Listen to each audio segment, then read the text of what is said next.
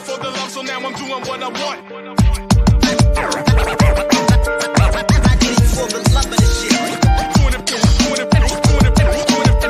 for the love, so now I'm doing what I want. I did it for the love of the shit. Hip hop and rap, yeah, that's where my heart's at.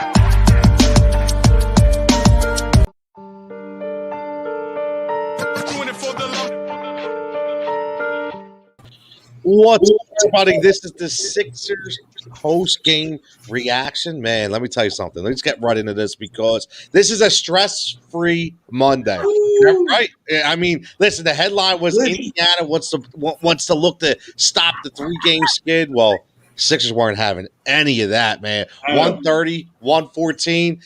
And I feel like I have to apologize to my boy Furcon in this, dropping 19, right? I know. Listen, he came in, first of all, he needs to get to a barber. But second of all, at least he does. It was too long tonight. But at least he was dropping that. Listen, when he was dropping threes a night, what was he, 5 for 9 tonight? I mean, let me tell you. Here's what I'll say. And then we'll go on for there. Shake Milton, I know you guys are going to talk about him. Shake shot 64% tonight.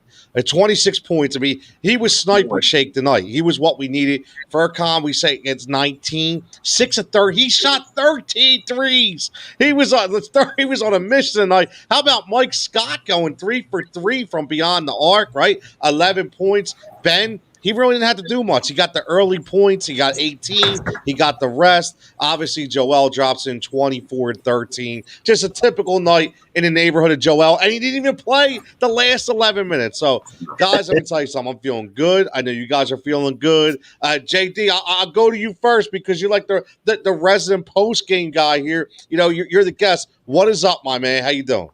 Man, I'm feeling amazing. I mean, normally I feel good. But this kind of makes me feel like, you know, we did this time step a couple weeks ago when we was talking about everybody getting traded. We should trade everybody to get everybody traded. And tonight I feel like y'all gonna eat them words. And I'm gonna get to post my little thing up in a couple weeks after the All-Star break, especially for my boy Al. I'm gonna get to post that up for him so he can see himself on candid camera, you know. But I feel good, man. I want to point this out really quick. Danny Green only had 3 points. You know, and everybody, you know, he's a starter. So that gives me pause. No. So maybe no pause. No pause. No pause. No pause. My man is out there bow-legged, and he looked like he got another extra leg or something. Like he's working. Don't be that thing. He's out here playing bad, dog. Come on. It doesn't matter, dude. We really won by 30 tonight. It doesn't matter. Stop. We won by 20 with the subs in for a quarter and about 18 minutes the bench played. And stop. It don't even matter. If he had no points, 1 for 5. It doesn't matter. Well, listen, it does matter because I'm with my man Justin. We're still driving Danny Green to the airport, okay? I told everybody the car, right? And you know, we didn't even gas it up. We bought a car.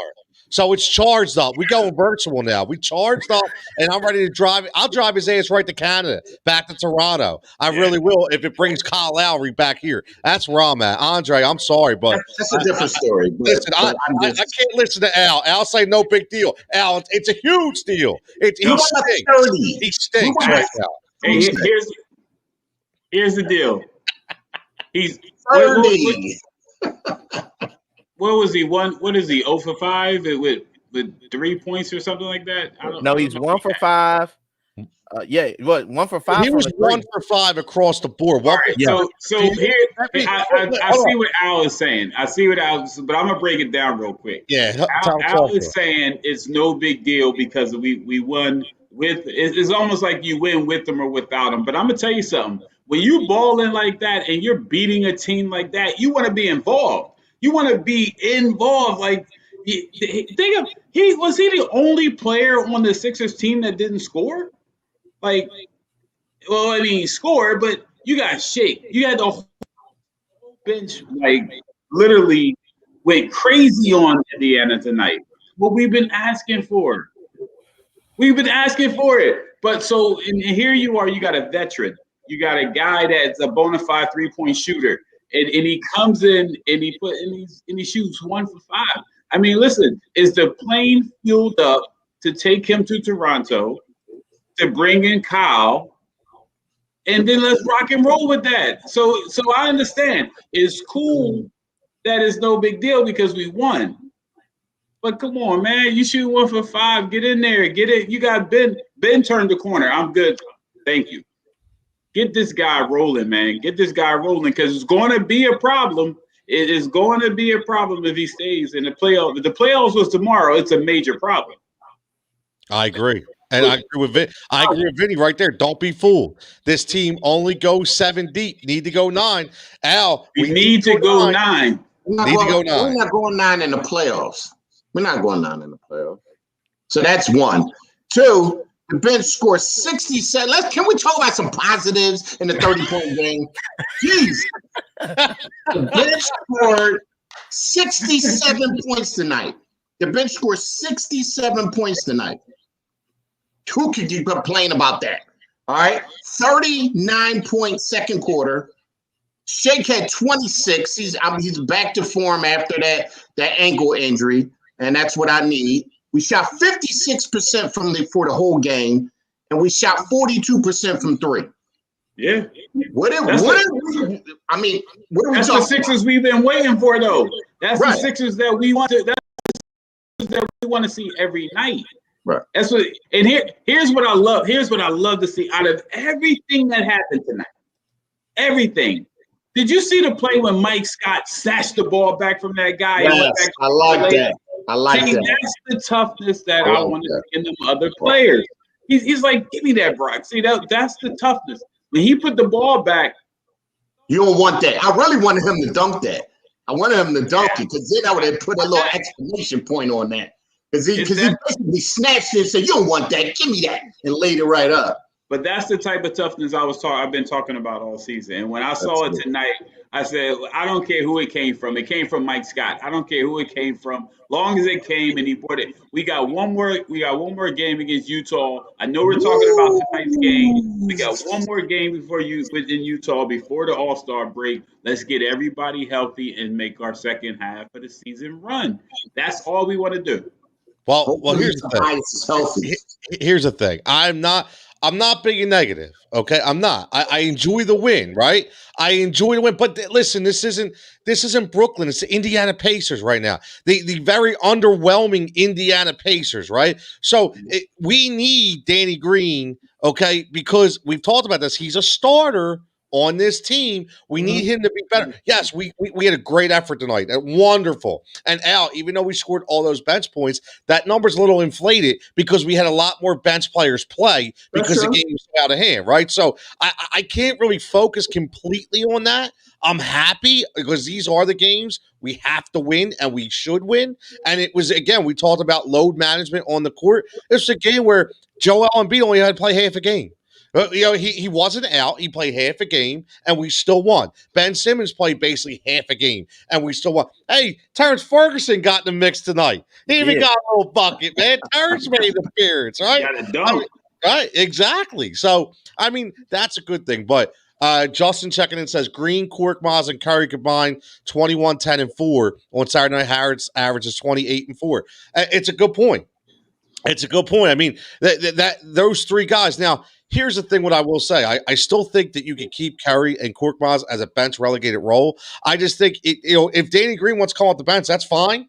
I have no problem with that. He's just not a starter. And I'm not going to just hate on Danny this whole episode because I think that there were tons of positives from this game. Number one, let's just go right in the shake. We mentioned him a little bit. We talked about how important he is on this team. He's basically our Lou Williams. Right, and that's who he is. He's our 6th man. He's always the first guy off the bench. And when he shoot like that tonight, JD, there's not many people that are better as a 6th man coming off the bench than Shake if he's shooting like that on his team. Yeah, that's spot on. I want to break it down something for you guys. There was a play made in like the second quarter where Shake broke my man down. He broke him all the way down to the mid range. And then right when he got ready to fall, he just let him go. It's an old school move. A lot of old school cats know about this move. It's almost like the Jordan move on Brian Russell. But he just let him go. He's so smart and he's such a scorer like Lou Will that he lets other people overplay him and then he manipulates it. You need Shake on the second team. And I would even say, just like sometimes with Lou Will, man, he's a spark plug, man.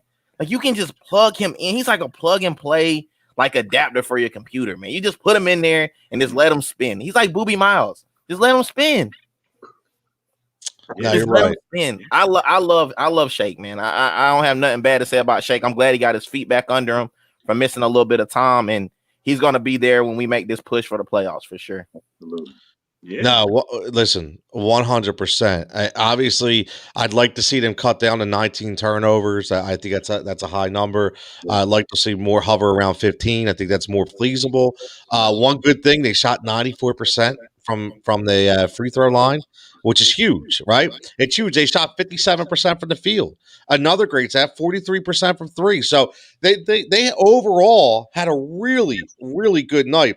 But I'll tell you, I got to pay homage to the big guy, Andre, because how many times have we talked about? I mean, listen, he only played 26 minutes, and everybody was like, it's just Joel. He scored 24 and 13 in 27 minutes. I mean, it's absolutely ridiculous. I'm telling you, Joel is our hawk.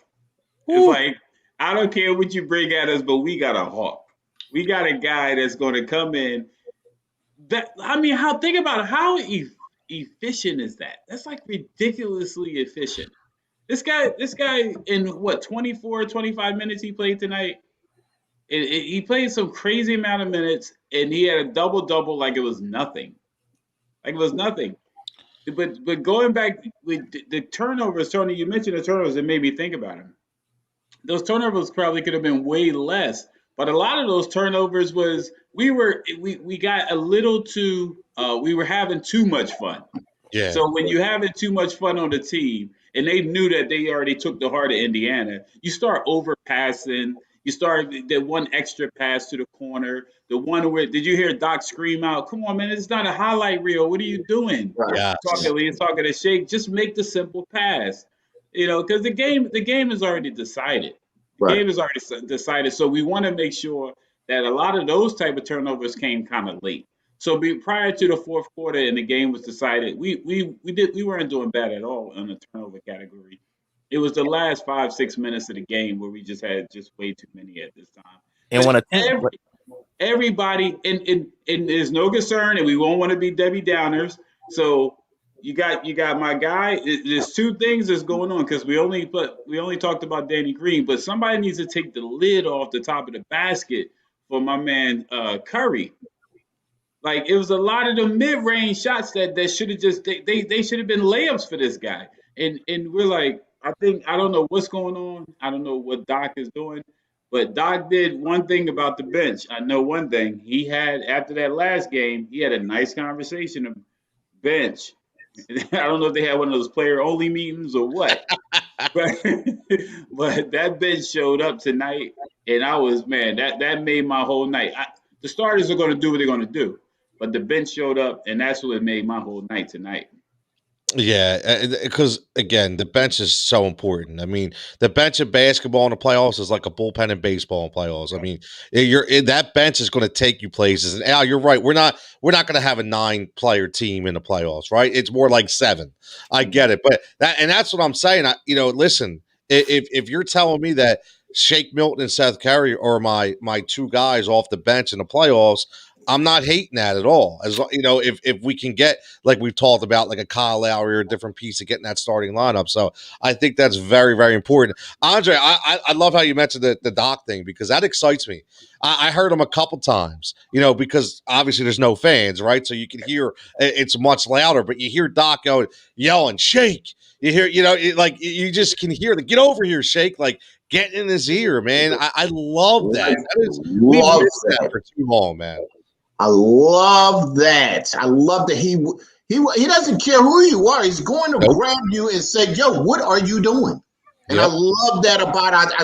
I can't remember what game it was, and he grabbed Shake and he just was like, "Yo, what? I don't want you to do that. I want you to do this." And Shake looked a little like a high school kid, like, all right, but he heard what he's saying and he got right on him as soon as he did it and not hesitated or waited till after the game. He did it right then. And I think it was like leading that second team. And a couple of times I would say the same thing, like, Shake, go get the ball from court because he's hot. So he's starting to do a little too much. I don't want him to be dribbling around doing all that stuff. Go get the ball, run the offense. And as far as Seth, he's still – I don't know what – I don't understand. Like, when he first started the season, I never had to say he was hesitating on his shot. He still hesitates coming off those screens. And I'm like, shoot. And he doesn't. And he up fakes or he passes to somebody else. Shoot the ball. I don't understand why he's hesitating. There's something going on. He can't say I'm shooting too much. He shot like, 15 times the other night? It can't be that. So I don't know what it is. He didn't shoot bad today. He shot 50% from the field and 1 for 3 from three-pointer. But that's still not shots for him. I want more shots from you because that's what you're here for. So I don't want to see you ever hesitate on the shot court. If he's not hitting, I want him to hesitate. I never want to see Shake hesitate. So that's pretty much the way I need to see that. Poor Cork, man. Not but love for Cork. But Vinny, listen, I do agree with you. I get it. What I should kind of just what I mean is I know they're going to need a 9-player bench, but I just think that, and I know there's matchups, but your most important 2 pieces off that bench need to be legit. They need to be you'll go deep sometimes depending on the games or matchups, but those 2 pieces need to be legit. You'll have to mix and match. You have to mix and match according to who you're playing. Maybe you need Thibault a little bit more this game. Maybe you'll need a little bit more scoring from Cork this game. Maybe, so the White, maybe you might need a little bit more height in there. It depends on what's going on that you're going to mix and match and who's going to play and maybe who might not play in the playoff that particular game. And next game, you might need that person. So it really is going to depend. What are you going to say, Dre? No, I was going to say one of the things that I see that I really believe is going to happen that's going to really shock everybody. Now, after this All-Star break, I wouldn't be surprised if Doc changed that starting lineup up. Really? I wouldn't be surprised at all. And because now, Shake, the way Shake is playing now, he's going to – Shake is this good. He's the leader of the second unit, no matter how you look at it, right? He's the leader of the second unit. But I got a feeling that Doc, he's going to somehow work his way into that starting role. And if the trade doesn't happen, because Curry is looking more and more like trade bait right now. If that trade or that swap doesn't happen, I would almost rather Curry. Remember in the beginning of the season when I was like, Curry has to start because he gives us that legitimate threat. And we started the season off hot, right? And something happened. I don't know if it was his injury. I don't know what the deal was. But something switched off. Well, we wanted to switch on. Something switched off with Curry. And now Shake got hurt. He comes back, and he's playing lights out right now. Shake could have had, if you really look at the way the game was flowing, Shake could have had 30 points tonight. Could have had 30.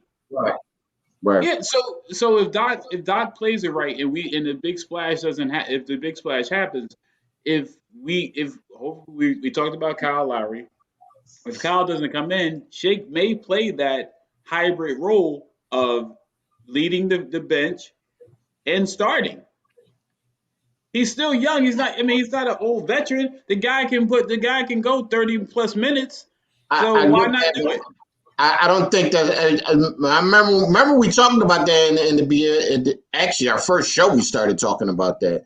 I just think he can do this. He can do this. Tonight is nothing to him. So can you get that out? Can you say Curry is going to play the same off the bench yet? You don't know. You definitely know, but it's not the same pressure. Green. You're not getting that type of game out of Green. So why? You're not. But all I'm saying is that coming off the bench and starting is 2 different type of pressures. Right. So I just think it fits him better I mean, yeah, was he a starter in Dallas? Yeah, I mean, but it fits him. I just think right now you have to play to win the game because Yeah. Also, Doc is What, over there coaching to win. what, He what, if, can care. what if you said, all right, what is Curry playing? I got to check what Curry is playing tonight. Just say hypothetically he's paying 31. All right, bump him down to 28 and give that to Shake. So on top of his bench minutes, let him ride a little bit more at the 2. Do that then. Instead of taking him out of taking Curry out of the starting lineup, which he has done. I remember one time he played Shake the whole fourth quarter in a game that we needed. I think it was the Lakers game, if I remember correctly. I think it was the Lakers game that he rolled Shake the whole fourth, and Curry didn't even get in the game at all. So I mean, I would do that before I would take him out of the starting lineup. But you never know. I mean, you think he might toy with it? Let's see. I mean, the Lakers game was the start of Maxey not getting that many minutes anymore. Remember, Maxey was getting a lot of the minutes up until the Lakers game. But I don't think Doc.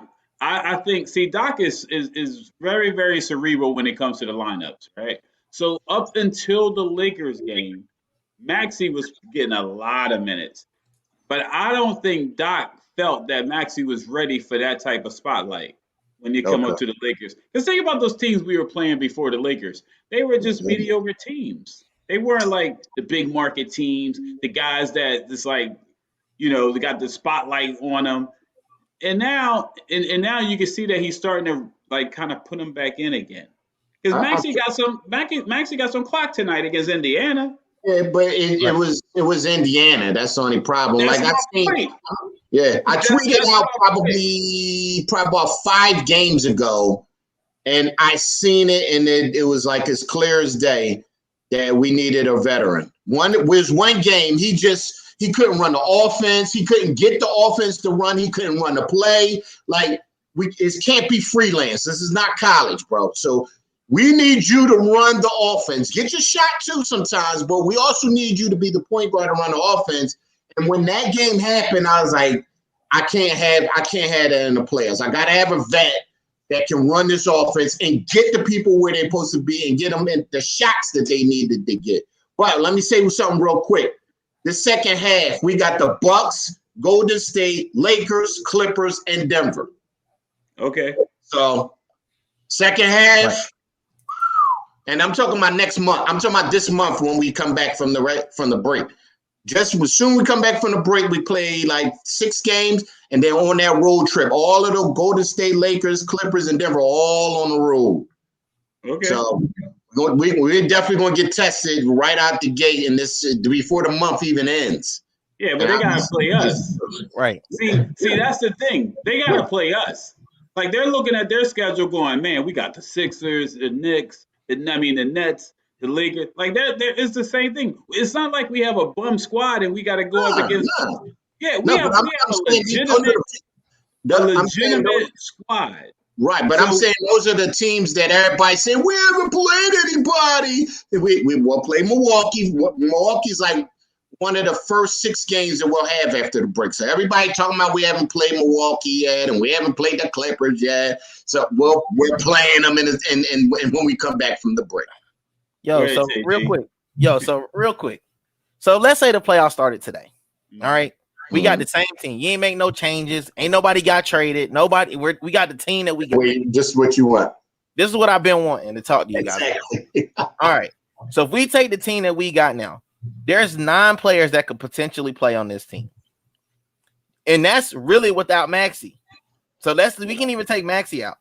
So I know everybody's in a panic. And everybody wants to make the big move, and they want, Morey to go out here and make this big move. But what happens if he don't? If he doesn't, do we say, are we fine with that? Because I'm fine with it. No. That's the problem. That's the problem. We're not fine with it because here's the deal. Without the move, we're just Eastern Conference Finals. With the move, we're finals. Yes. But you also don't know. But you don't know how it's going to shake out either. You're still number 1 in the East. Listen, it doesn't matter.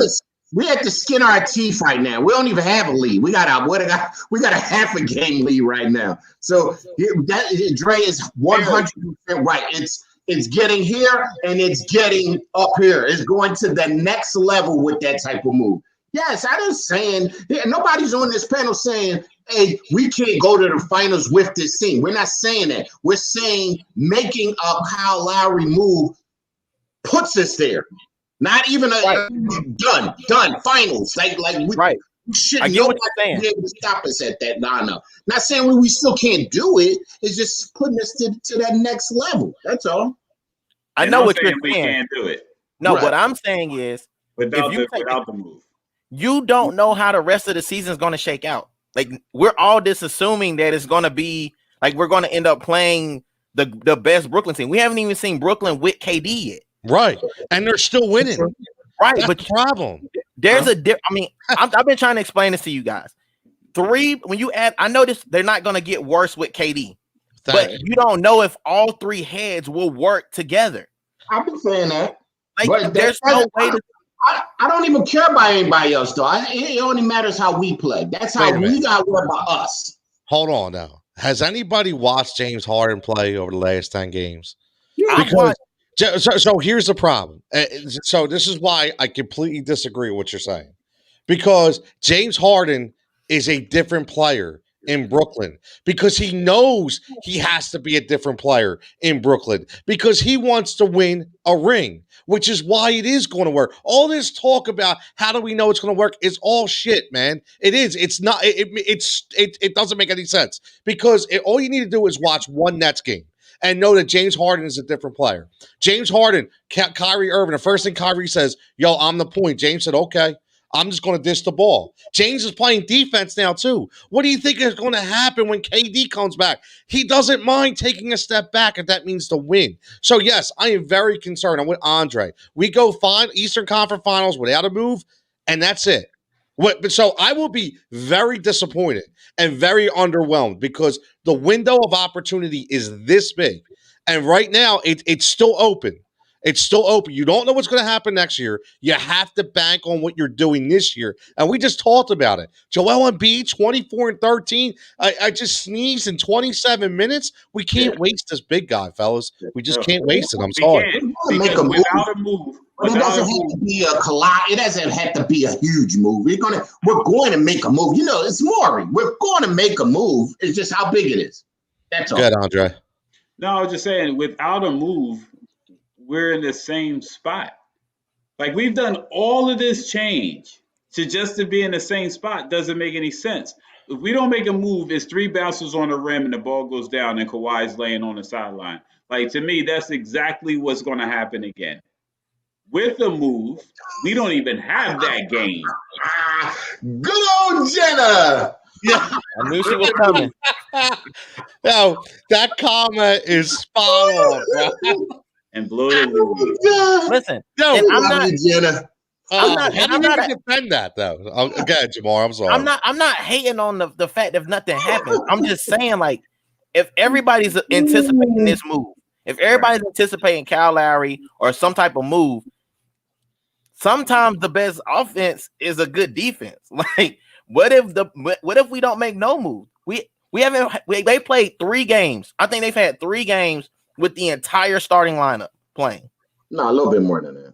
No, it's probably more than in the teams. Yeah. In the teams. Are you talking about the Sixers? Yeah, he talking about Sixers and Brooklyn, because I don't really consider nobody else really. In my mind, it's only Brooklyn. We got to get by Brooklyn. So they haven't played but like 5 to 3 games together, all together. So if they go out and get a big man, which we keep saying we're afraid of them going to get Drummond or whoever, if they do that, what happens? What do you mean what happens? I'm going to tell you. I get what he's saying. Okay, I get what he's saying. He's saying if nothing happens and the Nets get a big man and now we still have to play them, even with the big man, he says he's basically saying what's going to happen. Nothing's going to happen because I'm going to tell you why. Whatever move the Nets make, it's going to disrupt their team anyway, because their team haven't played altogether since the beginning of the season. So I'm not. That's why. So it actually. So your point makes sense when you're talking about if they go get a big man and everybody should just not panic. The only thing we were saying was that's fine if they do all that. It's what we have to do because if we mess around and don't do the right thing, then we're no different than they are. True. And we're trying to be better. We're trying to win the whole thing. We're not, look, I'm tired of this. Listen, last I went to a championship in 82, 83. I mean, my dad, he told me I was supposed to go to the dentist. My dad lied to my mom and said, we're going to the dentist. We went to the parade.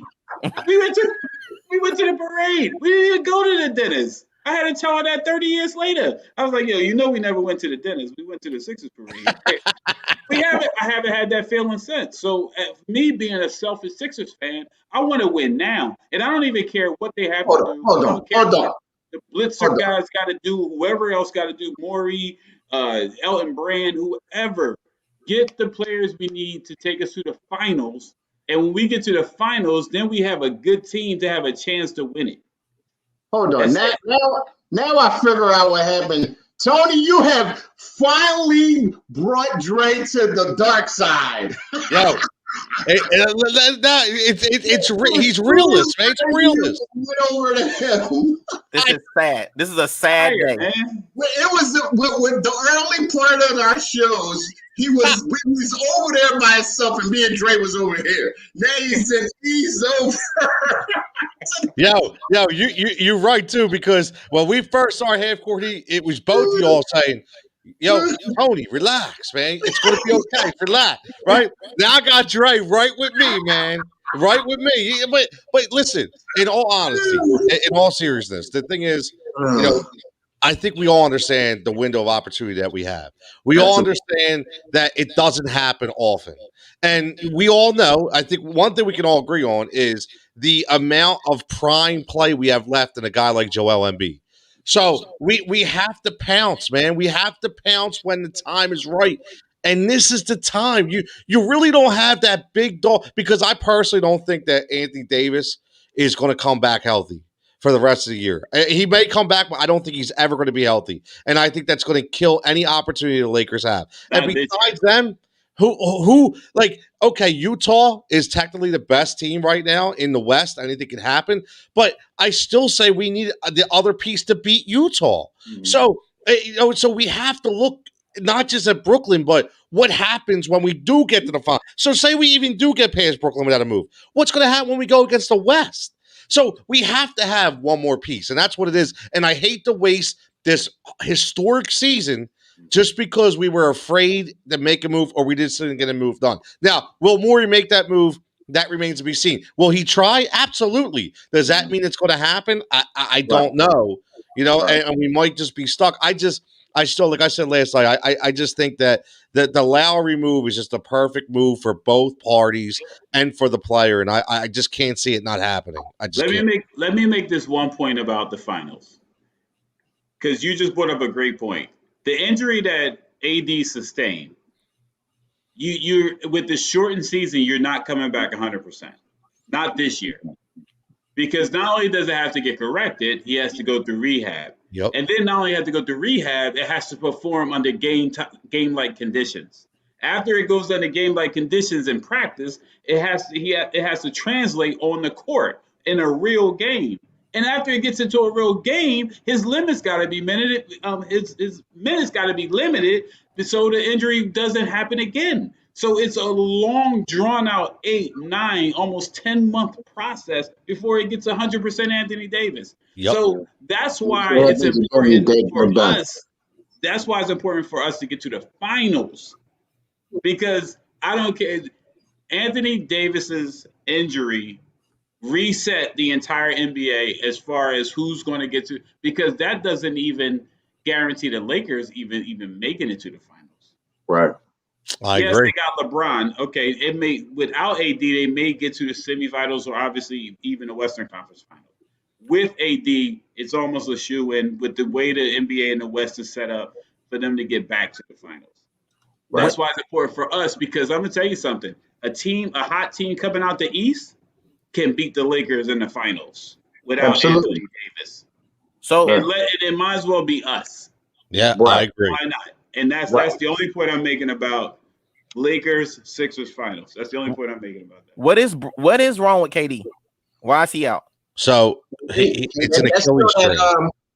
it's still that hamstring, and he's got to be careful with that because that could be. Wait, did you say AD or KD? I'm sorry. KD, not AD. KD. Now it's a KD. hamstring.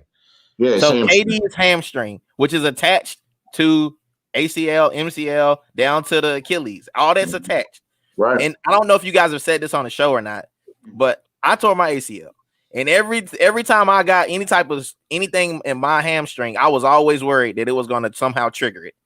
I don't know if it will, but we're just all assuming that KD is going to come back super healthy. And I feel like he made a great comeback. I feel like he came back quick and he came back like he didn't miss a step.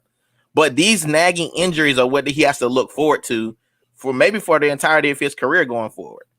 No, you're right. You're right. But what I will say is you're absolutely right. But he'll be ready come playoff time. And that's what I'm worried about. So even he doesn't have to play a full season. So he can rest up, get healthy. The difference between the Lakers with the KD and the AD situation is the Lakers need AD to win the regular season.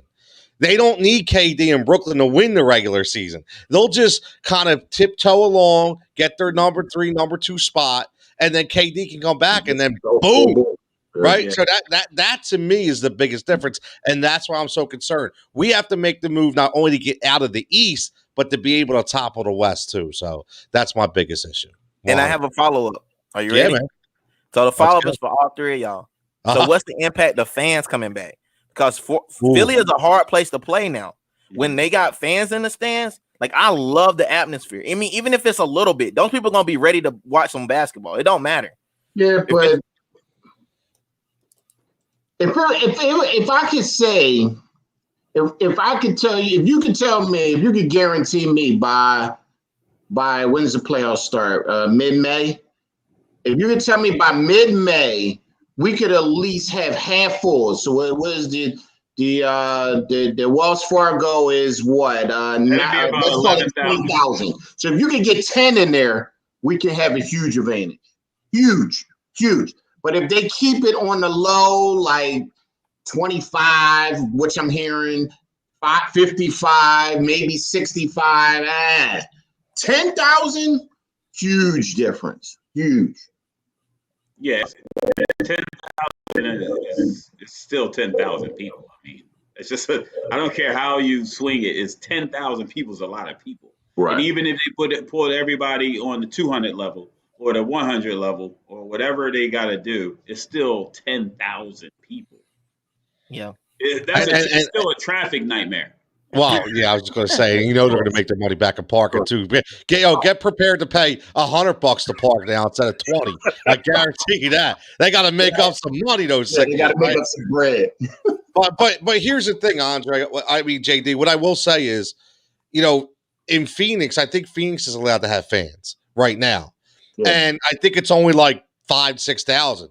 They make a huge difference. A huge difference because we're so used to hearing this fake crowd noise, right? That now when you hear that, you don't hear the sounds on the court as prevalent as you do when you hear the fans. And I think it's listen, it is huge, but it's going to be huge for everybody because as long as everybody, the more teams that can have fans are all going to have the same advantage. They're all going to have the same advantage because you are going to be able to play into the crowd. And let's face it, Philadelphia and Wells Fargo. I mean, I always go back to 2001, man, when it was a playoff type atmosphere, with AI and everybody was swinging them towels, man. And I can never say that for me. That's one of my most favorite moments of ever in sports is going to those games and going to those playoff games because you'll never hear fans like that again. Right? No, you just won't. And hopefully we hear them again sometime with this team. But for that team, I think it was a little different. But yeah, I think they're going to make a big difference no matter what. Absolutely. I just want to throw that out there because I wanted to see what you guys thought because I've been reading it everywhere. Like, I mean, it's been on every single place I've seen on Twitter. It's been, blasted out because in Philadelphia, the fans play a huge part in the fan base. Like, they're part of it. Like, from punching a police horse to throwing snowballs at Santa Claus. Like Philly is a formidable place. I'm not even from here, and I know that it's a formidable place. You don't want to come here as an opposition and play. You relish that thought of coming here, and especially getting blowed the hell out like that. You don't want to get blowed out here. Mm-hmm. So I pounded on the bench. You getting smoked by 30, and everybody, you're a bum in the background. Yeah, man. The rest of the game. Yeah, well, I'll tell you what, my man Kerry and my man Court better be on fire, because if they ain't hitting no shots and they still on his team and they have fans, they're gonna be getting killed. I'll tell you that. I'm laughing how JD. Our fans. I hear we're going to have fans opening day. I see a sweatshirt there, Tony. So we're going to have opening day fans. So the fans are coming back. It's just going to be about how many, and it's Philly. We're going to make a huge difference. You're going to hear us, and we're going to make an impact. I agree. 100%. I was just laughing how JD said, I ain't even from here, and I know that. JD, everybody in any other city knows about Santa Claus. Everybody in the whole world. It's people in other countries know that Santa Claus got to throw balls. Didn't y'all try to beat up Mike Scott last year or something? Well, that was a long story. That's the situation. Yeah, it wasn't like, hey, let's go beat up Mike Scott. It was a whole situation that led up to that, and he was defending himself, and a couple knuckleheads with a little bit too much alcohol. It was a long story. Yeah, it was a situation. Well, let's just say this. This has been a wonderful Monday, stress-free night. Like we begun, right? Now, I'll tell you what, I'm looking forward to that 10:40 tip between Charlotte and Portland. Can't wait for that game. But let's end on this. This is pretty good. So Joel being Joel was asked about Miles Turner out of the game. As Joel Embiid matching up with Miles Turner. I say this respectfully, but that's a matchup I've dominated since I got to the league. So JoJo trolling as usual. Yes. Yeah. I mean, where's the lie? Right. He never lied. He never lied. He has rocked them every time he has played them. And Miles Turner had a nerve to talk trash that last game when we was in Indiana, when we came back to win that game. He was talking trash before that game. And Embiid, I'm like, dude, what have you ever done to Embiid except for foul out? Like, what are you talking about? Why are you even speaking? He's dominated you along with a lot of other people in the league, but stop it, dude. Stop it. He should be scared and run. He should fake an injury every time he plays Embiid. That's Joel though, and but that's Philly. That's why we love him. Yep. Like, when he elbowed that cat, he said, "Oh yeah, I got him really good." I told him I was sorry, but I got. Did you see him in the press conference when he elbowed that? He said, "Yeah, I got him really good," but I told him I was sorry. Like, what do you do? That is hilarious. Listen, Joel is taking on the Philly persona. He is starting to finally let it get down deep in his bones. It's like Iverson. Like when Iverson was here, Virginia guy, he was already really talented, but when he got that real life grit, playing with like broke ribs, a broke arm, 2 broke legs, broke head, like he was just playing because he had the grit. And that is what Embiid is starting to get, that real Philly grit that you gotta have. And when you a dog in Philly, a Philly dog, like I want Lowry so bad. I'm just trying to play it down. I want him so bad. Me too. I really do want him. We talked about that. What was it yesterday? Oh my God, I would love Larry. But a Philly dog on the team. 6'11", and he had 3 rebounds a night. 3 rebounds, and you stop it, dude. Stop it. He's still I'll still hate him. 3 rebounds. But did you see Shake? Did you Shake break his ankles tonight? Yeah. I don't know why he's out there. And why? And if I was this coach, I would take him off the court every time he shoots a 3-pointer. What are you doing shooting 3-pointers? You think you're a 3-point shooter all of a sudden because you practice off season? Like, what are you doing, dude? You know what? He shoots the ball, I say, go let him shoot. You know what's funny? Yo, Al is something else, man. Because 10 minutes ago he said that Tony brought me to the dark side, right? Right. But I do recall in the beginning. See, Al, you gotta be careful. There's one thing about me, I don't forget much. Yeah, you're like an elephant. I don't forget much because I remember me and you texting back and forth. Yo, Tony, somebody got to cool Tony down, man. So I think Tony. I'm about to text Tony. Somebody need to cool out down. Man. Yeah. And so you haven't had an episode in a while either. You haven't blown a gasket in a minute. I've been good, man. I've been he gave good. it all to you. Listen, I've been good. I mean, everything's been good. Everything's been good, right? I mean, oh my goodness. I don't know, it's man. funny after a Sixers win how different our show is too, because after a Sixers loss, we're thinking of everything we can do to fix it. Like we're literally like 3-4 GMs on a screen, right? We're trying to fix it. After a Sixers win, we're laughing and it feels good. I mean, this is Philly. This is what we want. We like winners. I want this game Wednesday. We owe them. I want this game Wednesday. I want it bad. I want a great feeling going into the All-Star break. I want us on Sports Center. I want Undisputed to be talking about us on Thursday morning. I want this game on Wednesday. They're losing right now, but I don't care about that. I want this game on Wednesday. I want Embiid to come out and dominate. I want us to play great defense. Hopefully Tobias is back and we win. I don't care how we win, but I want to win. Yeah, they're probably going to lose this game. We do need this game. We need it for a lot of different reasons. And obviously, every team likes to go into the All-Star break on a nice momentum trip.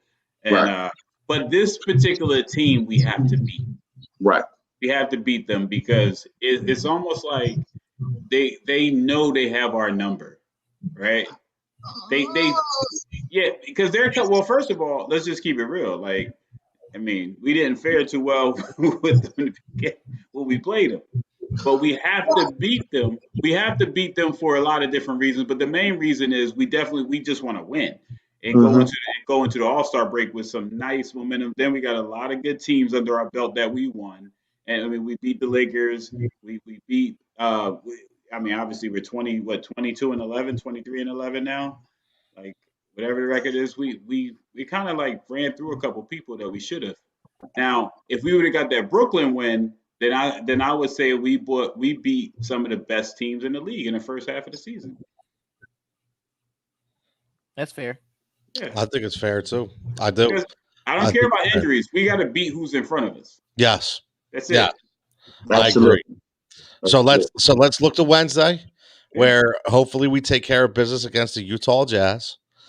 We sit pretty tonight. Right now, we look good. We're still lingering moves on the way. I still can feel it. I have that crystal ball, that premonition that something's still happening this week. I don't know what it's going to be, but I think something's going to go down. And all I know is we're going to have plenty to talk about for the rest of the season. And hopefully Andre can miss another dentist appointment so he could go to a parade this time as an elder statesman this time.